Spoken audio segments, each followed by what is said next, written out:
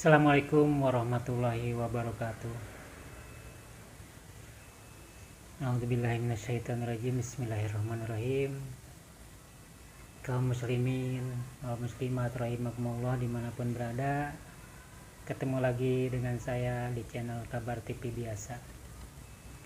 Kali ini saya ada di daerah Rawalumbu, Kecamatan Rawalumbu, Kota Bekasi.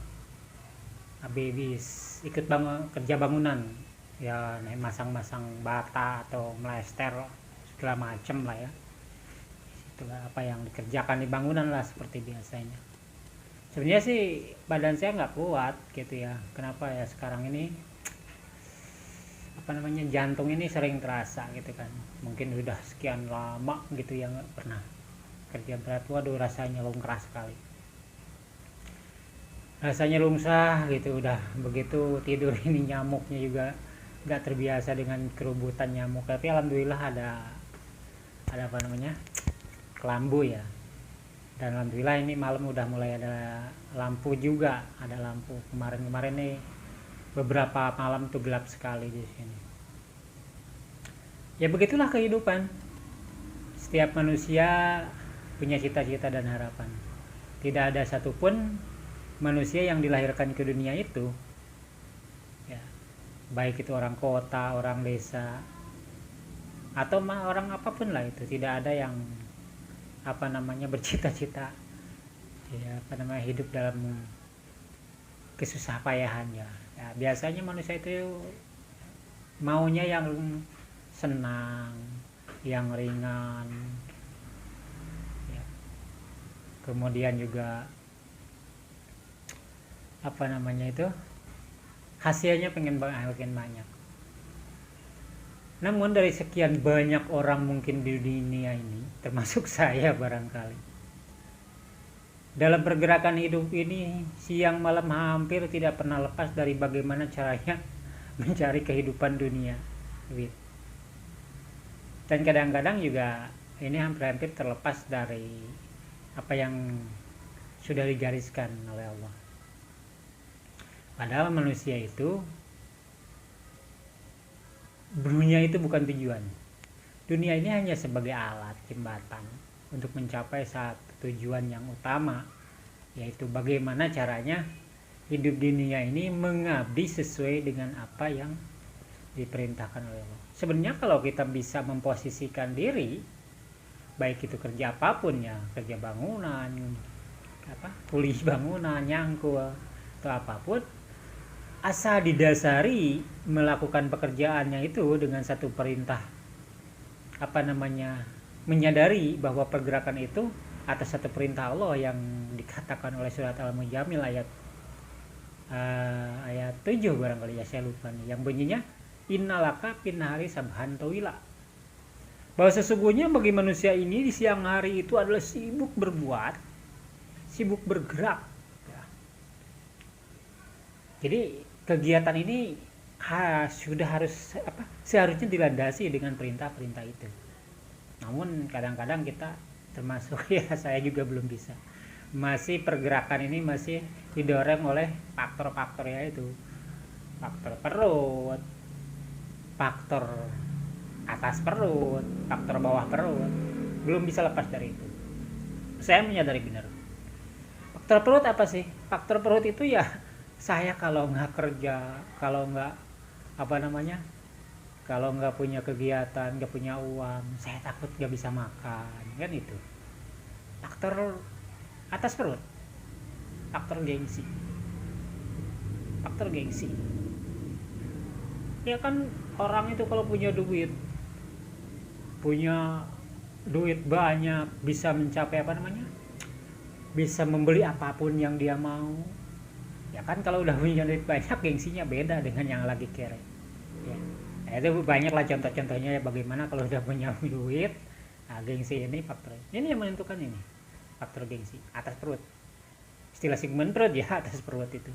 Jadi manusia itu kata Sigmund Freud, kalau terlepas dari perintah Allah, terlepas dari perintah ilmu ya, tapi omongan dari saya, kemudian saya hubungkan dengan Sigmund Freud, bahwa manusia itu akan dorong pergerakannya oleh 3 hal, yaitu perut, atas perut, dan bawah perut. Dah bawah perut. Ya siapa sih? Laki, perempuan. Kadang-kadang ya faktor penggeraknya di bawah perut. Ya kadang-kadang sebagian manusia tidak kurang-kurangnya ingin duit banyak dan sebagainya. Yang mendorongnya kan ingin dapat pasangan yang wah, yang cantik, yang melohai. Kalau perempuan ingin dapat yang gagah, ganteng dan sebagainya. Itu faktor. Nah, ini termasuk juga begitu. Namun seharusnya kalau manusia itu mau menyadari itu tadi, bahwa gerak apapun di dunia ini adalah kalau didasarkan kepada surat Mujamil, didasarkan kepada perintah Allah di dalam surat Mujamil ayat 7 tadi, innalaka fin hari saban tawila, bahwa bagi kalian di siang hari adalah sibuk berbuat, maka apapun itu judulnya, maka apapun itu geraknya, maaf bukan judulnya, apapun geraknya, itu adalah masuk ke dalam pengabdian diri atas perintah Allah. Sehingga nanti tidak berhitung hasil jumlah banyak, tidak pernah berhitung berhasil banyaknya berapa. Ya sesuai dengan apa yang kita lakukan tentunya. Kalau hasil itu kan otomatisasi ya. Ya saya umpamakan gini lah. Ketika petani itu menanam benih, kemudian dia merawat dengan baik, memupuk, menyirami, pokoknya merawat lah ya. Tapi dia tidak pernah mau panen. Wah, saya nggak mau panen lah, saya nggak mau.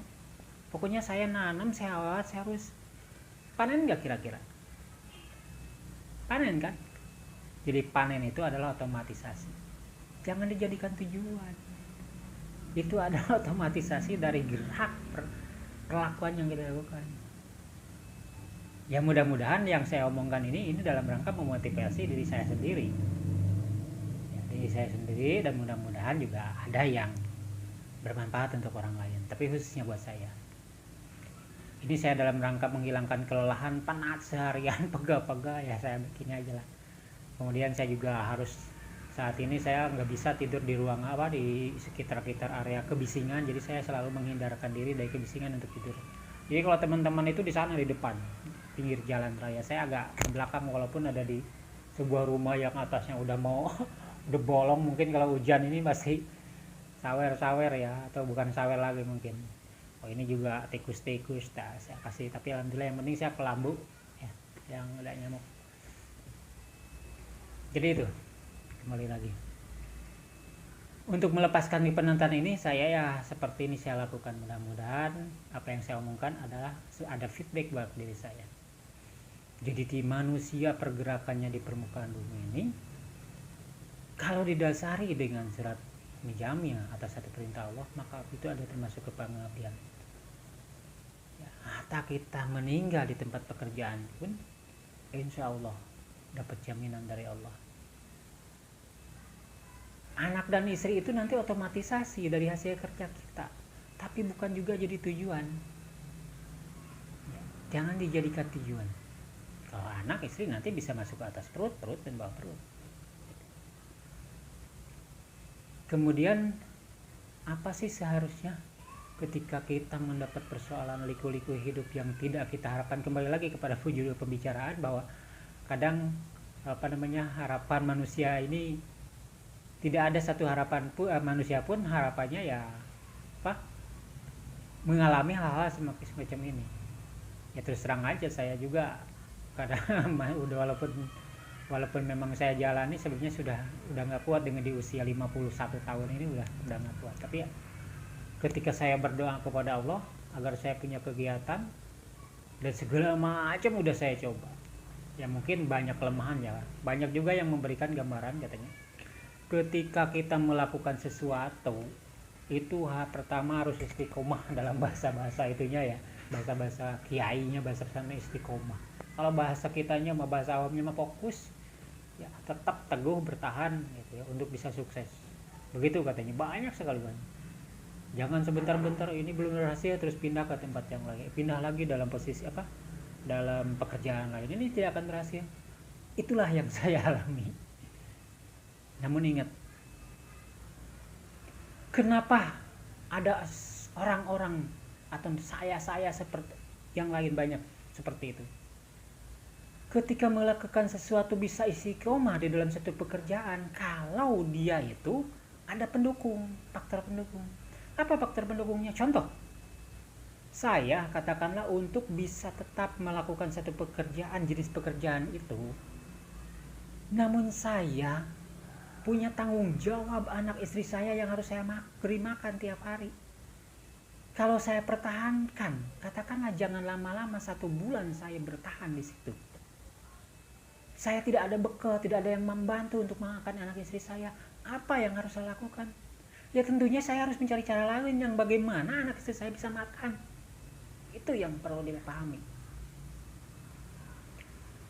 Saya terima kasih kepada kalian telah yang memberikan harus konsisten, harus istiqomah, ada bahasa-bahasa lain, harus fokus, saya terteguh.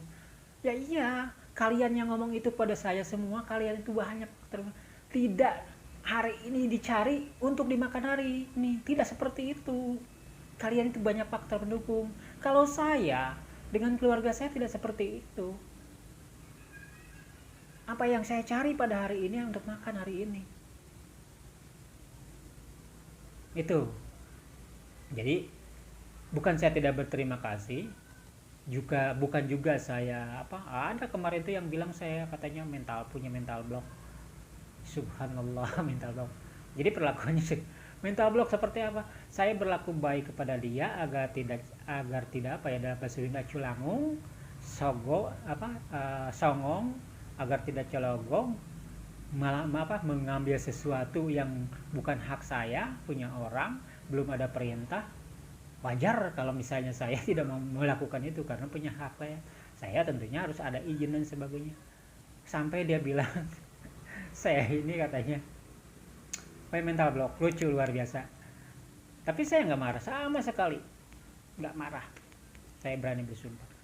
Cuman ada lucu ya. Itu mungkin berbagai macam perjalanan hidup yang saya alami.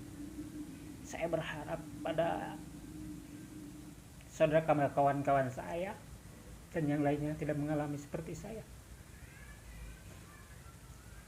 Cukup saya khawatir kalian tidak sanggup mengalaminya. Kenapa? Tuntutan perjalanan hidup itu luar biasa. Tapi alhamdulillah karena saya walaupun sedikit banyaknya ikut-ikut belajar, studi yang memahami makna Quran, saya sanggup bertahan sampai dengan saat ini. Saya ucapkan terima kasih. Jadi kembali, apapun yang kita terima, apapun yang kita lakukan, kita husnudzon bahwa semua ini adalah batu-batu yang harus kita loncati untuk bisa sampai ke seberang pulau cita-cita. Semoga apa yang kita lakukan hari ini tahap demi tahap bisa mencapai pulau cita yang kita harapkan. Walaupun sampai titik mati yang kita temui belum sampai berhasil menurut pandangan sudut berhasil manusia.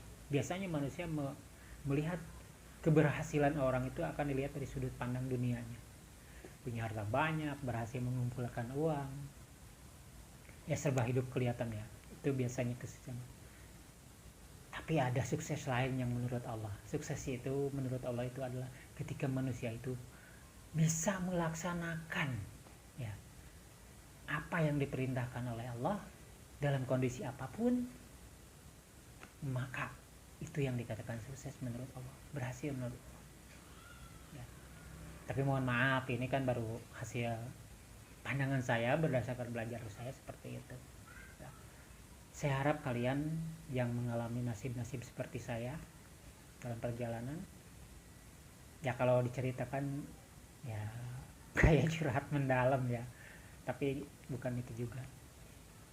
Bukan seperti itu. Ini hanya memberikan gambaran, memberikan support. Insya Allah apapun yang kita lakukan ikhlas, ridho, pahami ilmunya, pelajari ilmunya, tidak ada kata telat. Utlubul ilmi walau fisin, tuntutlah ilmu walaupun harus ke negeri Cina, itu istilahnya. Talabul ilmi minal mahdi ilal lahdi, mencari ilmu itu tidak pernah putus sampai mau meninggal. Dari mulai belayan, dari mulai kita bisa dari mulai lahir sampai akhir hayat. Insya Allah saya berdoa kepada Allah, kata saya sampai meninggal tidak pernah berhasil mendapat dunia seperti apa pandangan orang seperti sekarang. Dan saya mohon maaf kepada anak istri saya yang belum bisa saya bahagiakan secara dunia, tapi hati Bapak ikhlas untuk kalian semua, ridho. Sayang Bapak tidak pernah untuk apapun. Atau kalian mencemooh Bapak, atau kalian tidak terlalu menghormati Bapak karena kekurangan kemampuan Bapak dalam sisi finansial, tapi Bapak tetap cinta dan sayang kepada kalian. Terima kasih. Apapun yang saya lakukan kali ini adalah dalam rangka saya curhat di hadapan kamera, dan dalam dalam kondisi seperti ini semoga banyak manfaat buat diri apa yang saya sampaikan. Terima kasih atas dukungan kalian, siapapun kalian yang pernah membantu mendukung saya sampai dengan saat ini. Semoga kalian mendapat balasan dari Allah beribu-ribu kali kebaikan dari Allah. Wabillahi taufiq wal hidayah. Wassalamualaikum warahmatullahi wabarakatuh.